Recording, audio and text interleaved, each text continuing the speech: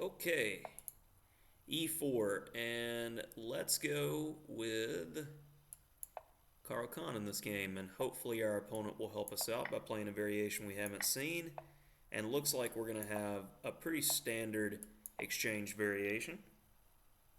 Knight e2 is more accurate than knight f3, and queen e2. I'm not familiar with this one.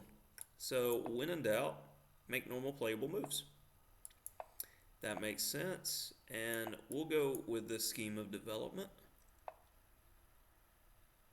Okay, let's get you to waste a tempo because you moved the queen once, and we should be doing fine here.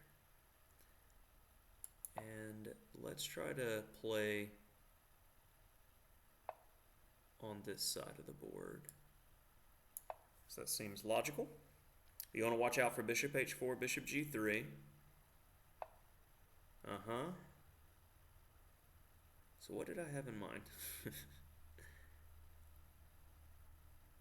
I feel like I just need to get out of this.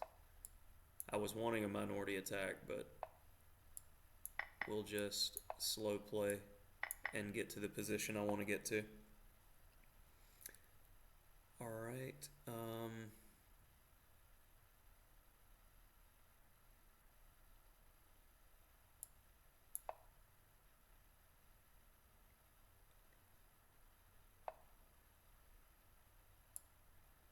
And I wouldn't mind the trade of queens. I think it'll be much easier to play. Like, white has some minute attacking chances with the queen. And now I can maneuver forever. Like, it's just an equal position, but the stronger player is typically going to win this type of position, so I'm going to press. I'm not quite sure if this type of expansion can be recommended. Because if he ever goes knight c5, I still have b6. And you normally want to do a minority attack structure, but my opponent's beginning to help out some. And I'm just going to continue to improve here with no real hurry or risk. Okay. So how do I want to go about doing this? Let's tiptoe around a bit and see if we can't provoke some weaknesses. Expected that.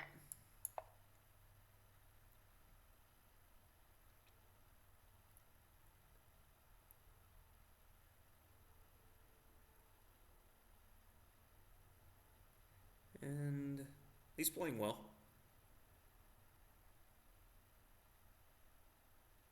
Definitely equal.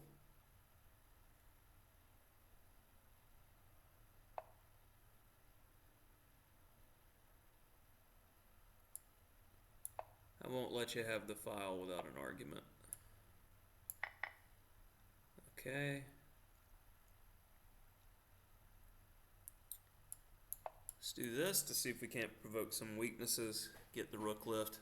He's really in the trading business, so rook there seems good. Maybe I can trick him and play rook a4. Not allowing a trick. So let's secure some squares on the king side over here. And let's see if we can't use this now.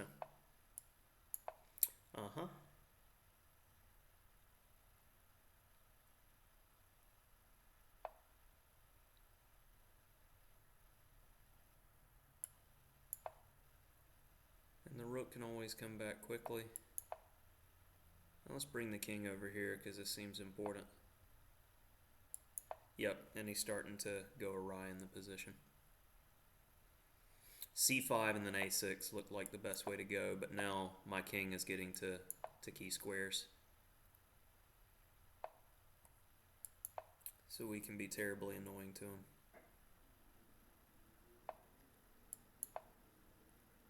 Okay.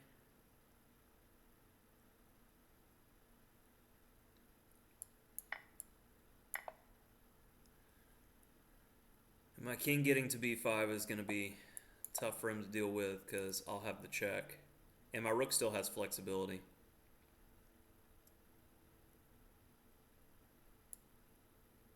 Let's go ahead and go there.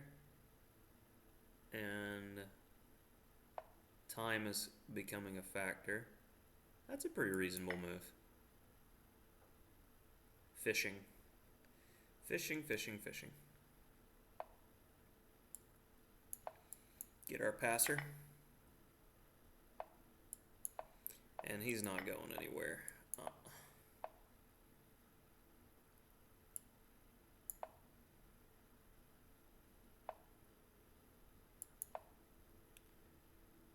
Safe enough.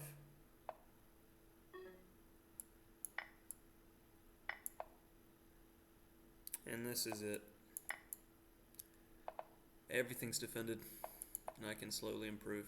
I don't care about that pawn because I have two right here that are nice and healthy. Okay.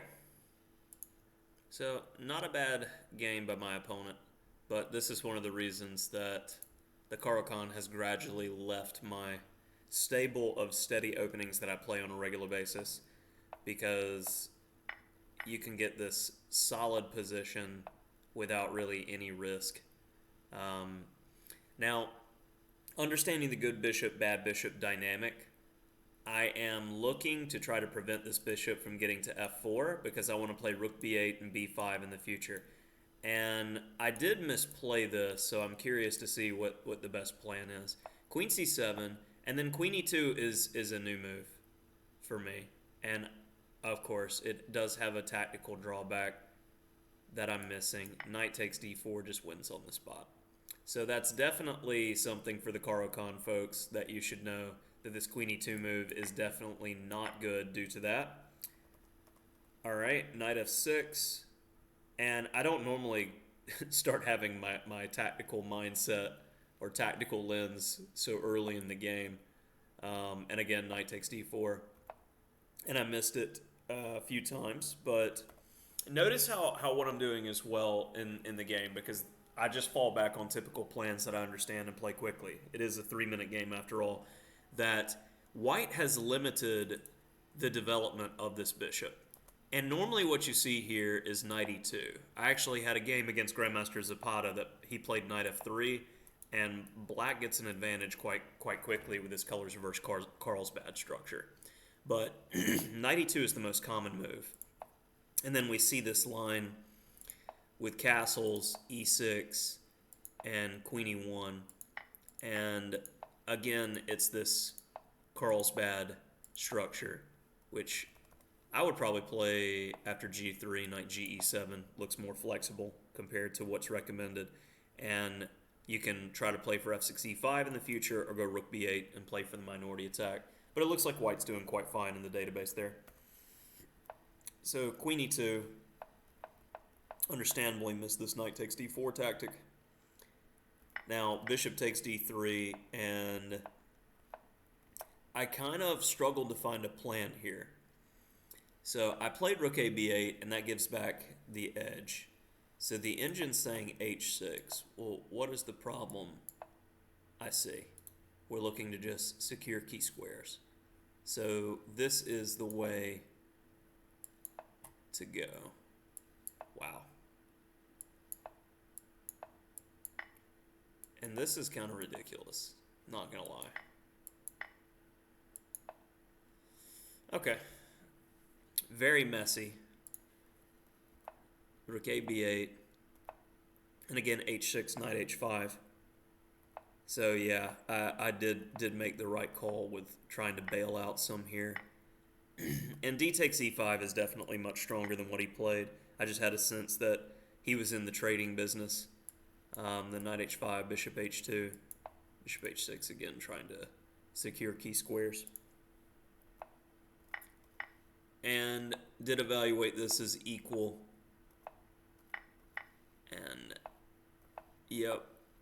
So the rest of this, you just have to be comfortable playing equal positions and knowing I just need to stay close in time to my opponent, and gradually I'm going to build pressure, or he will crack under his own pressure. So 2 minutes 2 seconds for white to 1 minute 53 seconds with black. And I play this move h5 because it's clear he wants to gain space. And now the h-file becomes something that we can both utilize. And I didn't think trading the rook would be a bad deal. And now we've made it to this equal rook and pawn ending, but I feel that this has the most winning chances of the theoretical endings. And I'm very comfortable in this structure, understanding that, I've got some tricks here that I could potentially do. A rook c4, rook a4. And I do take some risks. Rook a1 is good. And I immediately start utilizing the open file. And then he needs to defend that pawn. But right here, I saw it as soon as I played it. c5 with the idea of a6 to create a passer. And then I'm going to have to come back. And white definitely has an edge there. So what was best instead of king f6? Rook h2. And the idea is that he's got to do something about me coming here. So cd, ed, rook a4, and then rook h6. Wow. And we have ourselves a drawn position. But again, symmetrical pawn structure now. Not much to discuss. That would be the draw. But very accurate play there.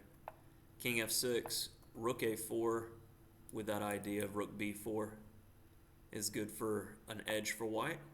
But rook f1, and as soon as I saw that, I'm like, I'm going to win this game. And then c5 makes it worse because now my king has a direct path to weaknesses. So at this point, it's all about limiting counterplay. So a6 was a move that could be considered. Check just to get his king a little bit further away. Now, only one weakness. We defend it.